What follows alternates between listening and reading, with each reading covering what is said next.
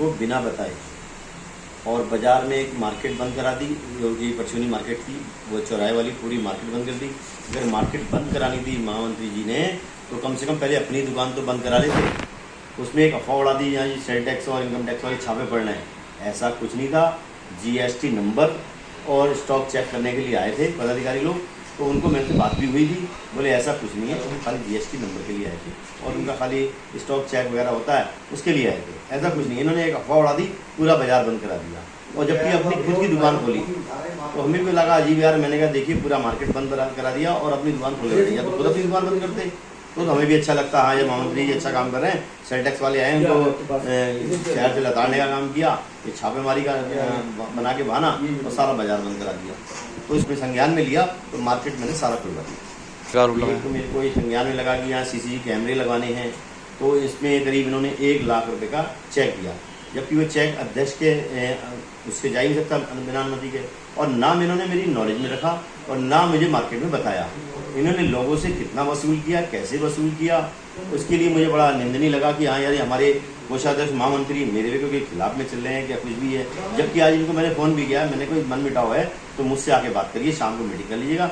उससे पहले इन्होंने ये चेक का वाला मामला कर दिया। इसके लिए मैंने इनकी दुकान पर भी गया कि मैंने कहा यार मैं तो किच्छा में था, आपने तो कह दिया बाहर गए हुए हैं, और मैंने कहा ये कार्यक्रम आपने करना था तो एक बार मुझे संज्ञान में ले लेते तो मुझे भी अच्छा लगता कि यार हमारे कोषाध्यक्ष महामंत्री हैं और अध्यक्ष नहीं है तो बुरा तो लगेगा, मार्केट वालों को भी लगेगा, व्यापारियों को भी लगेगा कि यार इनमें आपस में क्या ऐसा हो रहा है। बहुत अजीब सा लगा मेरे को भी। तो मैंने इनके संज्ञान में लिया कि मैंने आपने जिस व्यापारियों से पैसा लिया है कम से कम उन व्यापारियों को थाने में एक बार बुला लेते, उनको भी अच्छा लगता है यार हमने इनको पैसा दिया है तो इन्होंने हमें स्टाफ के या पुलिस स्टाफ के सामने हमें बुलाया और सम्मानित किया और ये चेक 1 लाख रुपए का व्यापार मंडल ने दिया। तो हमने यही पूछा आप अपने स्तर से दिया या व्यापार मंडल के स्तर से दिया, तो इस टाइम इनको कोई जवाब नहीं था। तो मैं इनकी दुकान पे खुद गया जिसमें मीडिया भी साथ में थी, तो मैंने इनसे पूछा तो इनका कोई जवाब नहीं था। वो कहते थे कोषाध्यक्ष बताएगा, कोषाध्यक्ष कहता महामंत्री बताएगा।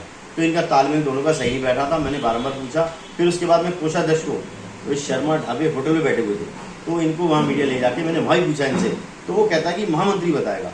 तो इनका तालमेल नहीं बैठा अच्छा, तो मैंने फिर इनसे गलत किया। मैंने कहा आपने लोग हमारे व्यापारियों से पैसा लेके अच्छा नहीं किया और कम से कम उनको संज्ञान में लेना था और व्यापारियों को थाने में एक बार बुलाते जिन जिनसे पैसा लिया, उनकी एक लिस्ट होती, उनकी एक रसीद काटी होती, किस बंदे से इतना पैसा लिया, तो मुझे भी लगता हाँ यार हमारे व्यापारियों ने उनसे इतना पैसा लिया। मेरे को उन्होंने कोई लिस्ट नहीं दी, किसी का नाम नहीं दिया। इत्तफाक से मेरे एक ग्यारसी करके हैं अग्रवाल करके, उनसे मैंने बात की। बोले यार 5100 रुपये ले गए, जबकि मैं खुद अग्रवाल समाज का अध्यक्ष बना हूँ और जबकि उसी डेट में मुझसे 5100 रुपये, किसी से 11,000, किसी से 21,000, इस तरीके से वसूली की। ये हमारे लिए बहुत गलत है। और व्यापारियों से वैसे वसूली वाली बात, क्या पता कितना लिया है, लाख लिया, 2 लाख लिया, कितना लिया, कम से कम अध्यक्ष की नॉलेज में तो रहे कि इस व्यापारी से पैसा लिया है। कल को व्यापारी हम पे लांछन लगा देगा कि इन लोगों ने मुझसे इस तरीके से वसूल किया है कि हम 3 पदाधिकारी अगर चाहते तो 20-30 हज़ार अपनी जेब से देते, कैमरे निकाल के देते, हमने पहले भी जैसे दिए।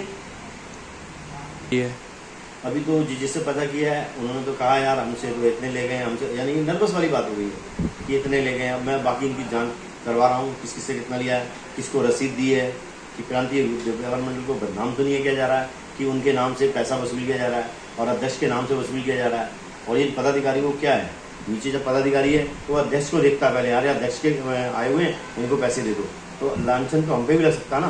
तो इस तरीके को लेके हमने बहुत इनको पूछा गया कि आपने किससे लिया, उसको आप मुझे लिस्ट मुहैया कराइए। तो कह रहे नहीं हम अपने आप व्यापारियों को मुहैया करा देंगे, उनसे हम खुद बात कर लेंगे। तो मैंने कहा सब कुछ तुम्हें, मैं अध्यक्ष के नाते पूछ रहा हूँ तो आप मेरे को जवाब नहीं दे रहे। बोले मैं इस्तीफा दे रहा हूँ। ये इस्तीफा देने का कोई वो नहीं है कि इस्तीफा दे रहा हूँ, ये कोई बात नहीं हुई। आप मुझे जवाब दीजिएगा किस व्यापारियों से कितना पैसा लिया है, उसकी एक रसीद काटी जाए, उन लोगों से कितना कितना पैसा वसूल किया है, तो हमारी नॉलेज में भी जाए। इससे पहले भी मेरे पे 15 साल कार्यकाल रहा, आप पप्पू चावला जी के टाइम में भी रहा। कभी हमने ऐसा कुछ नहीं था कि हम इतने सक्षम थे कि अपने ही पास से पल्ले से डाल के लोगों को पैसा देते थे। और इतना तो पैसा होता ही था हम लोगों के पास, 3-4 लाख रुपये हमारे फंड में आता था बैंक में। अभी हमारे बैंक में कोई खाता नहीं खोला गया, ना हमें कोई पैसा मुहैया कराया गया। तो इस चीज़ को हमने भी कहा कि जब तक हमारे खाते में पैसा नहीं आएगा तो हम उसको इस्तेमाल कैसे करेंगे। तो अब पता लगता है कि ये सारा पैसा इन्होंने अपने झोल मोल करके खर्च कर लिया है। तो उसकी हम जांच लेंगे और मैं पदाधिकारी को लिख के दे रहा हूँ कि हमारा खाता नहीं खुला, हमारा पैसा कहाँ गया। पैसा नहीं निकाला, नहीं दिया जाएगा, न चेक मान्य होगा वो, क्योंकि अगर व्यापारियों से पैसा वसूल किया है वो खाते में जाएगा पहले, फिर जो चेक दिया जाएगा वो चेक हमारे खाते से जाएगा, जब ये हमारा खाता खुला भी नहीं है, ये चेक कहाँ से दे दिया है। मैं अभी कुछ अधिकारी को लेटर लिख के भेज रहा हूँ और फ़ोन से भी वार्ता करूँगा उनसे, उसके बाद उनके पर एक्शन होगा। तो व्यापारियों से कहता हूँ ऐसे किसी को कोई चंदा ना दे, किसी को कोई पैसा ना दे बना करिए। अगर आपका अध्यक्ष आता है किसी की समस्या लेके, किसी गरीब की हेल्प करने के लिए आता है, तो आपके रूबरू कराया जाएगा, तो आप उसको पैसा दीजिएगा, अन्यथा किसी को आप चंदा ना दीजिए।